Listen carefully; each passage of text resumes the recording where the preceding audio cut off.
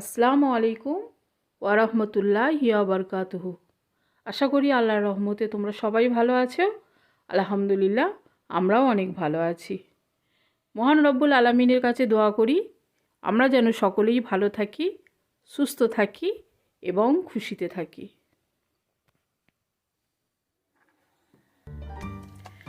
আজকে আমি রান্না করব বাটার পনির। বাটার পনিরটা আমি রান্না করেছি আমার ছোট্ট ভিউয়ার্সের অনুরোধে। ক্লাস 10-এ পড়ে, সে বলেছে যে কোনো একটা পনির রেসিপি দিতে। তো বাটার পনিরটা একটা খুব সহজ ও তাড়াতাড়ি হয়ে যায়, তাই আজকে বাটার পনির রেসিপিটা আমি দিলাম। তাহলে দেখতে থাকো আমার রান্নাটা আমি কিভাবে করছি।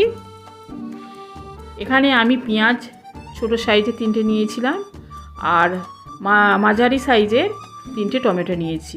টমেটোগুলো আমি কেটে নিচ্ছি, আর তার সঙ্গে আমি 3টে কাঁচা লঙ্কাও কেটে নেব।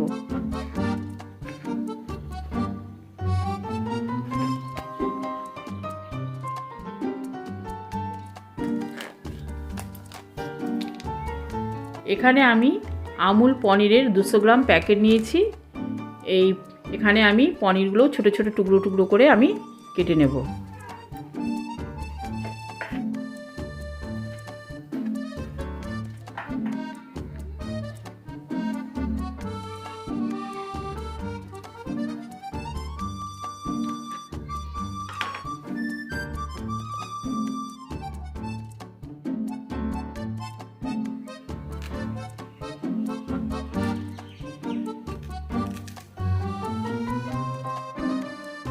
মোটামুটি আমার সব কাটা রেডি হয়ে গেছে। এবার আমি গ্যাসে প্যানটা বসিয়ে দেব।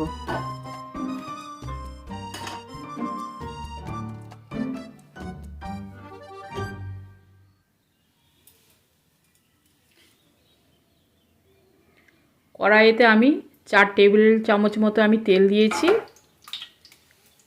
তেলটা গরম হলে আমি 2টো এলাচ, দারচিনি আর লবঙ্গ আমি ফোড়ন দিয়ে দিলাম। গরম হয়ে যাওয়ার পর আমি কেটে রাখা পেঁয়াজগুলো দিয়ে দিলাম।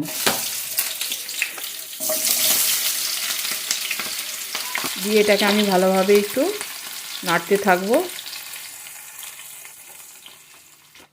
পেঁয়াজগুলো আমি একটু মোটা মোটা সাইজেরই কেটেছি। তো পেঁয়াজগুলো একটু হালকা নরম হয়ে গেছে।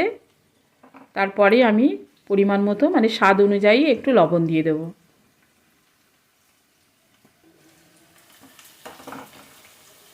আর পেঁয়াজটা কিন্তু আমি বেশি ভাজবো না, হালকাই ভাজা ভাজা থাকবে। নুনটা দিয়েও খানিকটা নাড়াচাড়া করে নিয়ে এবার আদা রসুনটা আমি দিয়ে দেব। আদা রসুনটা দিয়ে বেশ খানিকটা আমি ভেজে নেব যতক্ষণ না তার গন্ধটা মরে। আর বাকি কয়েকটা কাজু, প্রায় 10-12টা মতো কাজু আমি দিয়ে দিলাম। এবার আমি এই যে কেটে রাখা টমেটোগুলো দিয়ে দিলাম।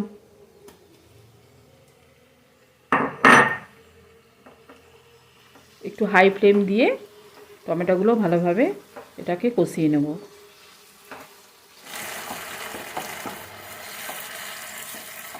দেখো টমেটোগুলো আমি অনেকক্ষণ ধরে আমি নেড়ে চেড়ে নিয়েছি, আর একদম নরম হয়ে গেছে টমেটোগুলো, বেশ সুন্দরভাবে কষানো হয়ে গেছে। আমি এই সময় মশলাগুলো আমি দিয়ে দেব। এখানে আমি নিয়েছি জিরে, ধনে, হলুদ আর লঙ্কা গুঁড়ো, এগুলো আমি দিয়ে দিলাম।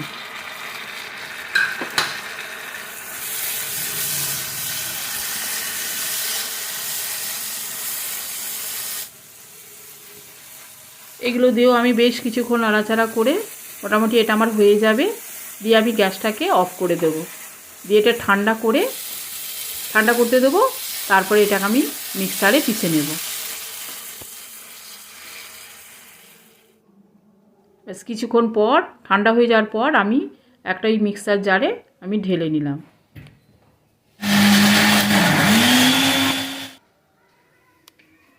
এটা আমার পেশা হয়ে গেছে, সুন্দর একটা আমি পেস্ট বানিয়ে নিয়েছি। এবার কড়াটা আমি পরিষ্কার করে ধুয়ে নিয়ে আমি আবার গরম করতে দিলাম। দেওয়ার পর এতে আমি 2 চামচ মতো দেশি ঘি দেব। বাটার থাকলে বাটারও দিতে পারো, আমার কাছে এখন ঘি আছে, আমি একটু গাওয়া ঘি দিয়ে দিলাম। ঘিটা গরম হলেই আমি এখানে কাশ্মীরি রেড চিলি পাউডারটা আমি দিয়ে দিলাম ঘিয়ের মধ্যে। দিয়ে সামান্য নাড়াচাড়া করে এই মশলার পেস্টটা আমি দিয়ে দেব। পেস্টটা দিয়ে হালকা আঁচে আমি রান্না করব। খুব ধীরে ধীরে নেড়ে যাতে করে না নিচে বসে যায়, সেরকমভাবে আমি খুব আস্তে আস্তে নাড়ব। কিছুটা নাড়ার পর এই যে মটরশুঁটি আমি সিদ্ধ করে রেখেছিলাম আমি দিয়ে দিলাম। মটরশুঁটিটা এখন শীতের সময় মটরশুঁটিটা তো সবসময় থাকে, তাই আমি মটরশুঁটিটা দিলাম।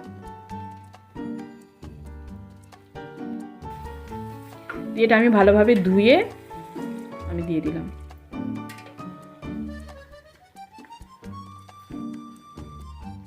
খানিকক্ষণ কষিয়ে নেওয়ার পর এক টেবিল চামচ মতো আমি টমেটো সস দিয়ে দিলাম।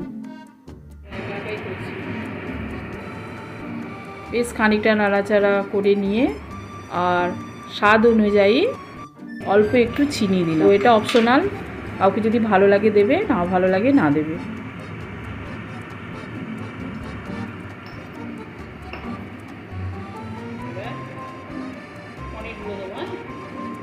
আঁচটা কিন্তু একদম স্লো আছে। এবার আমি পনিরগুলো দিয়ে দিলাম।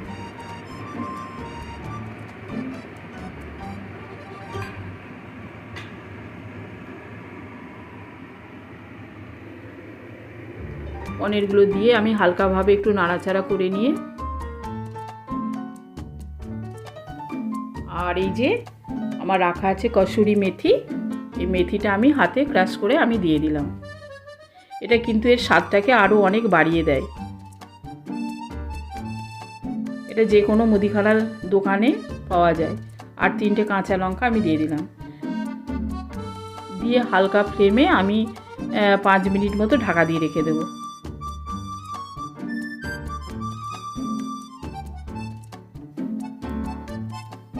ব্যাস 5 মিনিট পর আমি ফিরে এলাম। এটা মোটামুটি ফুটে গেছে। আমি আর একবার নাড়াচাড়া করে ফের 2-3 মিনিটের জন্য আমি ঢাকা দিয়ে দেবো।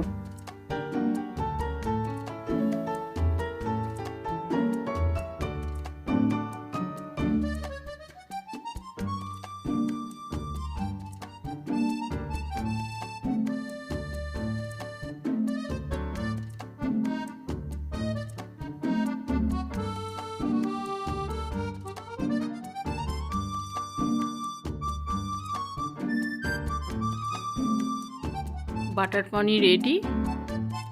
এবার আমি সার্ভ করে দেব।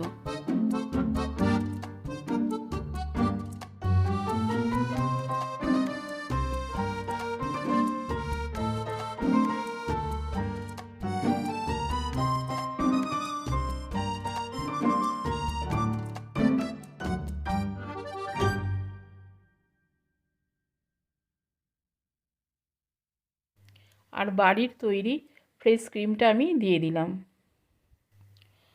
তো ভিডিওটা আমার এ পর্যন্তই। তোমরা সবাই ভালো থেকো, সুস্থ থেকো। আল্লাহ হাফেজ।